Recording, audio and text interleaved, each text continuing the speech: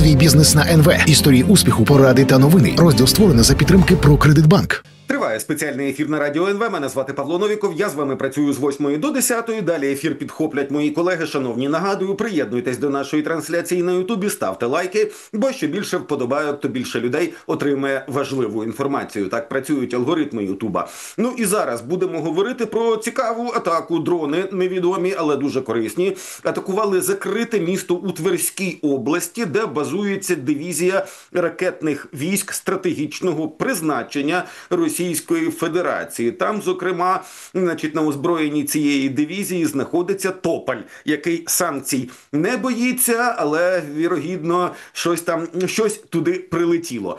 Підключаємо до розмови гостя. На зв'язку з нами заступник генерального директора компанії з виробництва засобів радіоелектронної боротьби, колишній офіцер повітряних сил Збройних сил України Анатолій Храпчинський. Пане Анатолію, вітаю в ефірі. Слава Україні! Героям слава, вітаю.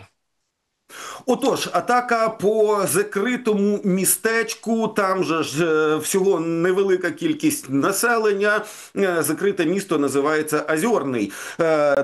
Там базуються тополі, і розташовується також завод «Спецтехніка», який випускає продукцію за державним оборонним замовленням. Що нам треба розуміти про цю ціль, що раптом уже по місцях базування тополей з міжконтинентальними балістичними ракетами прилітають невідомі дрони? Це щось схоже на нову версію павутини? Чи якщо воно в Тверській області, то туди може летіти все, що завгодно, якщо пролетіло, умовно кажучи, через кордон чи через лінію бойового зіткнення? Давайте почнемо насправді. Ви зірвали слушне зауваження стосовно того, що Тополь санкцій не боїться. Давайте пригадаємо, що 11 років тому саме в осені було презентовано Російською Федерацією така акція, коли там Тополь санкцій не боїться, не смішіть мої іскандери. І зараз, після 11 років, ми бачимо, як відбуваються удари по основних базах знаходження пускових установок безпосередньо Тополь-М, це мобільні пускові установки, тому що саме той військовий підрозділ, який там знаходиться, у нього на озброєнні пускові мобільні установки. Додатково треба зауважити, що, скоріш за все, там у них є вже і пускові для Ярсу, тому що це є теж одним із напрямків заміни Тополі на нові види міжконтинентальних балістичних ракет. Тому тут, в принципі, я би казав про те, що Україна за останній час зробила низку таких доволі цікавих ударів по території Російської Федерації, саме по ядерній тріаді. Тому що, якщо казати про удари безпосередньо, починаючи від удари безпілотників по стратегічній авіації, потім давайте згадаємо операцію «Павутина», безпосередньо знищення літаків стратегічної авіації, давайте пригадаємо удари по РЛС раннього попередження «Контейнер» і так далі. Тобто ми показуємо світу, що Російська Федерація не здатна забезпечити захист ядерної зброї. І не тільки світу, важливо її показати це Китаю і Індії, тобто партнерам Російської Федерації. І тут важливо більше символізм цих ударів, тому що насправді закрита зона, тобто, умовно кажучи, цей об'єкт був був би захищений сучасними системами російськими протиповітряної оборони, на кшталт С-400 вже на крайній випадок. Але ж ми бачимо, що це не відбулося. Більше того, підприємство, яке знаходиться там, це підприємство тісно пов'язане з ракетною галуззю. Тобто там випускається транспорт, який забезпечує технічне обслуговування безпосередньо пускових установок не тільки там для Тополя, а і для Іскандера. Знов-таки давайте зауважимо.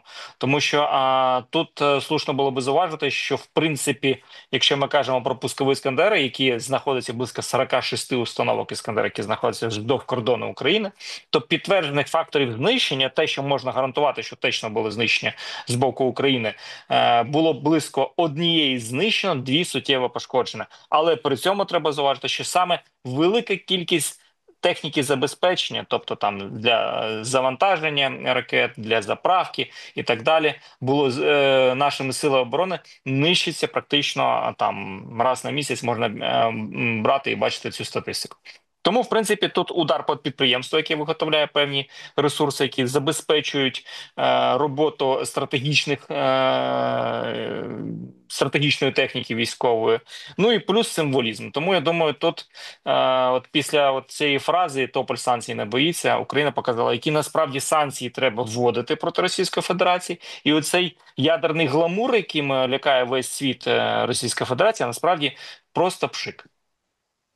Власне, це цікава фраза, яку ви сказали, що ми маємо показати, точніше, ми показуємо всьому світу, що Росія не здатна захищати якраз свої ядерні об'єкти. Тобто, по суті, зараз Росію треба видавати як країну, яку бажано було би позбавити взагалі ядерної зброї. Тут така має бути логіка, якщо вони самі не здатні дати ради своїм стратегам, якщо вони не здатні проконтролювати об'єкти потенційного розміщення ядерної зброї, принаймні тих носіїв ядерної зброї, які у них є, то це означає, що будь-хто, умовні там терористи, можуть це, жахнути прямо на місці, і це вже є небезпекою, в принципі, для світу. Така логіка?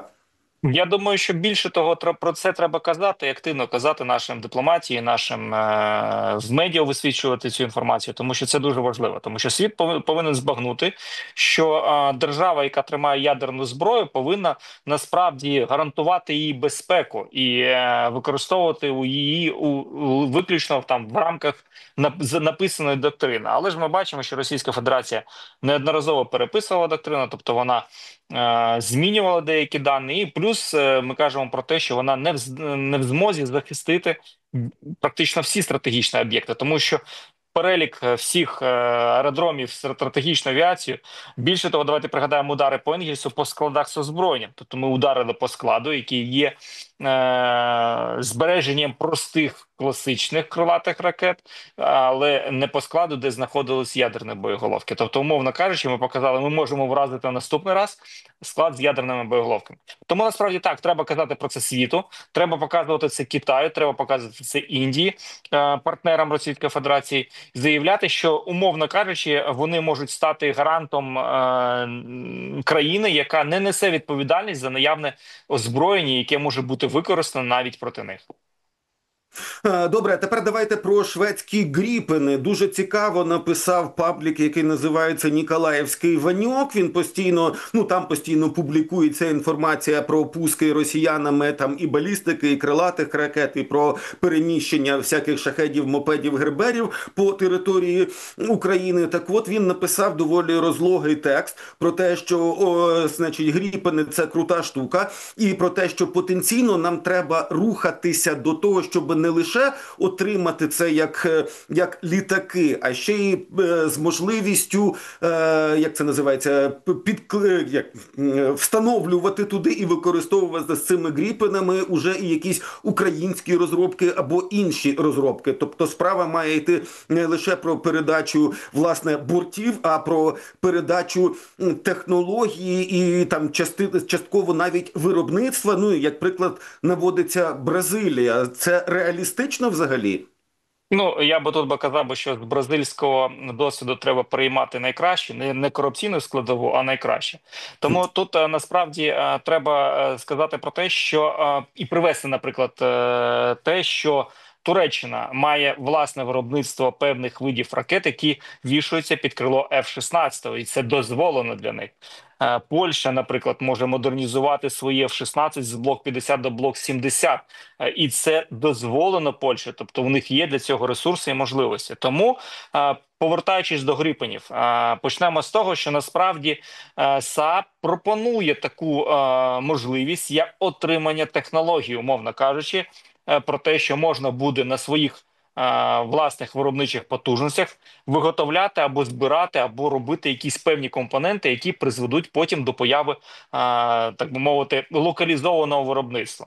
І більше того, і про це і я кажу, і велика кількість експертів про це заявляла стосовно того, що ми повинні створювати зброю, яка може бути використовуватися під крилом гріпенів, тобто власну зброю. Чому? Тому що, по суті, свої гріпен може нести велику кількість озброєння, починаючи там і джедами, і мікі-ракети, і АІМ-120, там американського типу, знову таки ті ж саме Таліс ракети. Але питання в можливостях виготовлення, скільки ракет таких може бути виготовлено.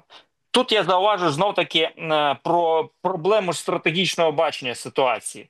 Нещодавно було зауважено стосовно того, що в Європі проходять низка хакатонів, які передбачають створення дронів, які будуть перехоплювати каби. І мене просто виникає питання: а навіщо створювати одиницю озброєння, яка буде боротися з 6 000 кабів щомісяця, якщо можна створити єдиницю озброєння, яка може знищити за короткий проміжок часу близько 300 літаків, які є у Російської Федерації, які Російська Федерація використовує. Тобто, умовно кажучи, я кажу про ракети класу повітря-повітря, які можуть працювати на відстань понад 300 кілометрів. Тобто те, що нам не вистачає, тому що ворог збільшує дистанцію пусків в кабів, нам треба якось добиратися до цих літаків. У Росії є певні види озброєння, які працюють на непогану відстань класу повітря-повітря, тому і нам треба казати про це. І тут, якщо ми кажемо про Гріпен, він міг би стати одним із елементів носієм, ракети, яка була б в Європі розроблена, і яка би спроможна була б працювати на глибину там до 300 кілометрів. Умовно кажучи, в синергії співпраці з літаками дальнього радіолокаційного виявлення САП, які нам теж Швеція обіцяє, це було би якісним інструментом для того, щоб відігнати російську авіацію від кордонів. Додатково треба казати про можливості несення ракет класу повітря-поверхня для нанесення ударів по наземних об'єктах, але ж знову-таки ми кажемо про дистанцію роботи таких ракет понад 300 кілометрів. Тобто не обмежуватись тими правилами розповсюдження ракетного озброєння, які існують у світі. Тому, повертаючись, так, нам потрібно не просто купити літак, який, по суті, свої по технічним характеристикам створений для війни з Російською Федерацією. Два основних і найкруті характеристики – це те, що літак може за 10 хвилин дозарядитися, дозаправитися, і це відбувається на гарячу. Авіатори розуміють, що таке заправка на гарячу. Це коли не виключається двигун, і це насправді дуже складний процес. Але це за 10 хвилин літак приземлився на злітно-посадкову смугу, яка там вздовжки може там бути 600 метрів, якщо не повне завантаження, наприклад, по озброєнню. Дозаправились, оснастили новим озброєнням, погнали працювати далі, бити росіян.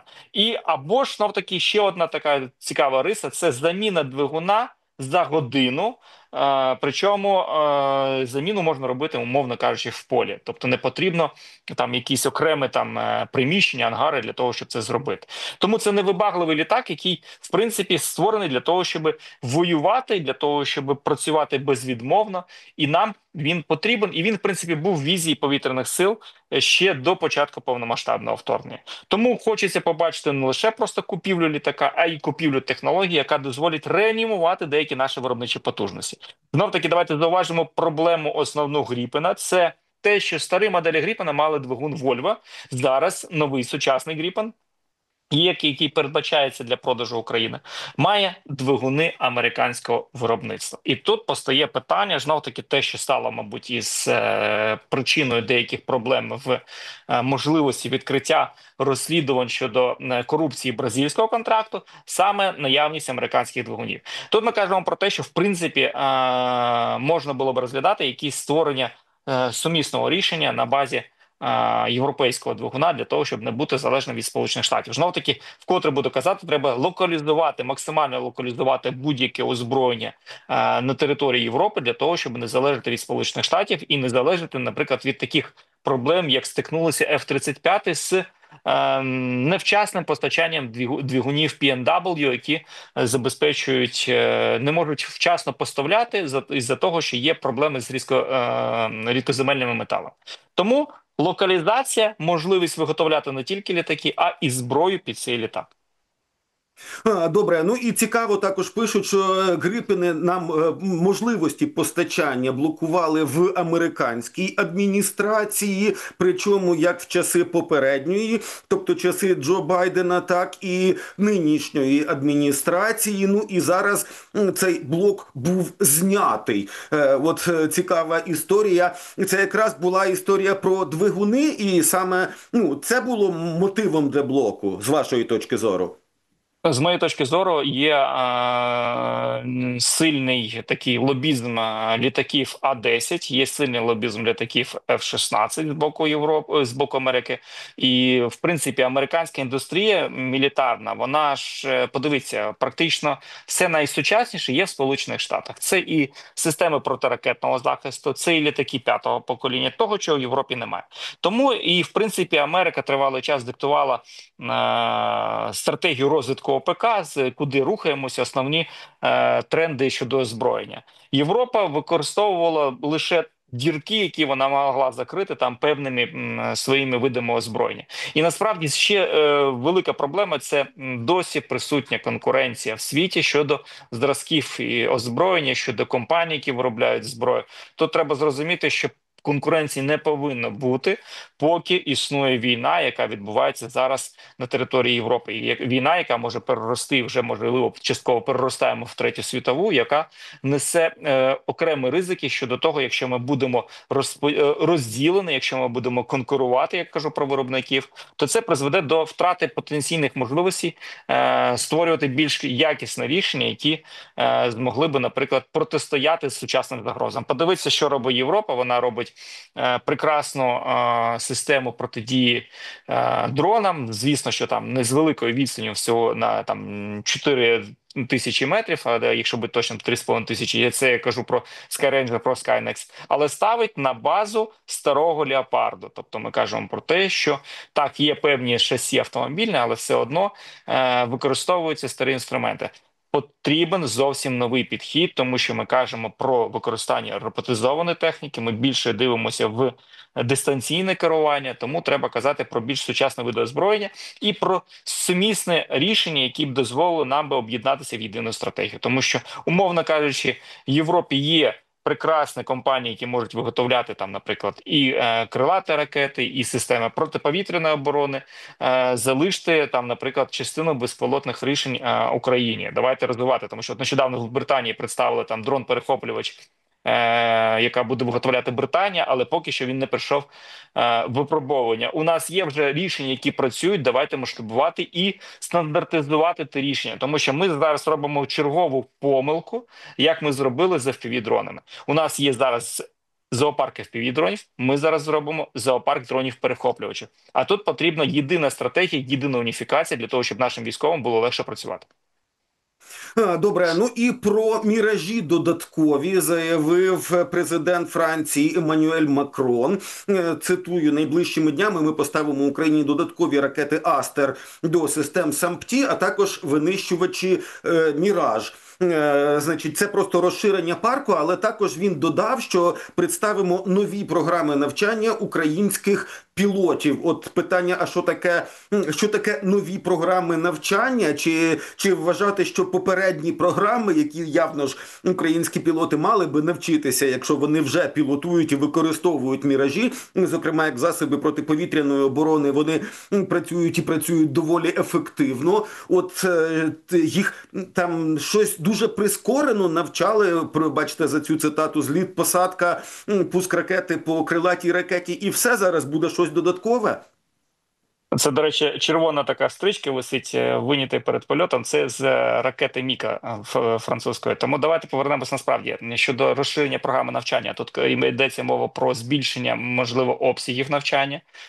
Тому що це важливо збільшити обсяг навчання для того, щоб підготувати більше пілотів, тому що ми бачимо, що відсоткова кількість застосування вже американських європейських літаків в повітряних силах суттєво переважує те, що ми експлуатували старі радянські літаки. Додатково треба зауважити щодо ракет Астер. Тут знов таки цікава насправді є річ. Ці ракети можуть перехоплювати балістику. І ці ракети перехоплюють балістику, але на термальній дистанції, так само, в принципі, як і Петріот. Але питання щодо самих ті систем, якими системами радіолокації, там, командним пунктом вони обладнані для того, щоб мати змогу насправді виявляти і перехоплювати балістику. Але сама, по суті, напрямок розвитку ті є вже САМ-Ті-НГ, яка передбачає перехоплення балістичних ракет, і це дуже важливо. Але знов-таки, повертаючись до глобальної проблеми, в Україні досі немає системи протиракетного захисту, тому ми бачимо страйки стосовно зальоту балістичних ракет, або принаймні ми бачимо, як ворог активно навантажує з балістичними ракетами, але при цьому пробиває протиповітряну оборону ракетами Іскандер-К, по суті, яка крилата ракета, але для дольоту цієї ракети до Київщини потрібно всього 2,5 хвилини. Тобто, умовно кажучи, використовуючи надмалий профіль польоту, це дозволяє прорвати протиповітряну оборону. Тому тут треба казати про збільшення будь-яких систем протиповітряної оборони, збільшення систем пускових систем, безумовно, збільшення саме систем радіолокації, тому що це є наші очі, які допомагають нам активно виявляти і вчасно приймати правильне рішення щодо перехоплення. Так, ну і власне про анонс від прем'єр-міністра Великої Британії. Кір Стармер сказав, що його країна прискорює свою програму виготовлення понад 5 тисяч ракет для, власне, протиповітряної оборони.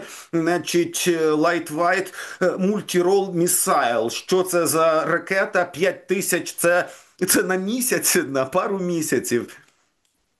Я не впевнений, що це на місяць. Я думаю, що це на рік вони перерозраховують. Але ж таки давайте зауважимо, що є колосальна потреба в здешевленні засобів перехоплення для того, щоб покращити можливості щодо перехоплення шахедів і крилатих ракет. Тому тут, в принципі, даний тип озброєння дозволяє перехоплювати ці види у засобів ураження. І це класу або може бути там класу повітря-повітря, або поверхня повітря з зменшеною дистанцією роботи. Але знов таки, давайте я хочу пригадати випадок, коли була оприлюднена фотографія літака А-10, який на якому на борту котрого було зауважено, що він знищив шахеди. Тут треба звернути увагу на те озброєння, яким вони використовували для знищення шахедів, і це не керовані ракети з лазерною підсвіткою цілі. Тобто, умовно кажучи, це найдешевший спосіб, поки що, який може бути на озброєнні в достатній кількості в світі для того, щоб перехоплювати шахеди. І на це треба дивитися і треба шукати в цьому напрямку рішення. Знов таки повторюся, класичною проблемою є нестача озброєння класу повітря-повітря або поверхня повітря, яке б могло би бути дешевим, але ефективним в протидії. Тому що є певні, от нещодавно з'явилася інформація, що Талес презентувала ракету, яка може перехоплювати повітряні цілі, але вони самі виробники зауважують, що при поганих метеоумовах ускладнюється захоплення цілі, тому що там працює по принципу там наведення візуально, майже візуально, теплового наведення. Тому я би казав про те, що тут зараз активний пошук є в створенні засобів перехоплення повітряних цілей як з наземного, так і з повітряного базування. Але ж таки давайте почнемо з того, що треба казати про перспективи локалізації цих виробничих потужностей в Україні і пошук платформ, ті ж самі Гріпени, ті ж самі якісь наземні Франксами, які у нас з'явилися за час повномасштабного вторгнення, які б суттєво допомогли нам нищити ворожі російські ракети, безпілотники і інші види озброєння, які використовуються Російською Федерацією. Тут нам головна задача – це зломити логіку використання великої кількості засобів ураження з боку Російської Федерації. Тобто зробити такі масовані атаки неефективні для ворога, але для цього насправді потрібна умовна стіна дронів, стіна систем протиповітряної оборони, ешелонована система виявлення і розподіленого перехоплення, коли буде достатньо засобів різноманітних систем протиповітряної оборони, які, умовно кажучи, не можуть бути перевантажені за рахунок появи більшості кількості, наприклад, балістики або більшої кількості крилатих ракет або дронів на кшталт шахед. Дякую дуже за те, що підключились до ефіру. Дякую за ваші роз'яснення. Нагадаю аудиторії, на зв'язку з нами був заступник генерального директора компанії з виробництва засобів радіоелектронної боротьби, колишній офіцер повітряних сил Збройних сил України Анатолій Храпчинський. Шановні, на цьому моя сьогоднішня частина спеціального ефіру на Радіо НВ добігає кінця, але попереду тут в ефірі багато цікавих і важливих тем від моїх колег. Ми ж з вами побачимось завтра зранку. Пам'ятаймо, все буде Україна, все буде рок-н-рол, Україна обов'язково переможе. Слава Україні! Підписуйся на канал Радіо НВ ось тут.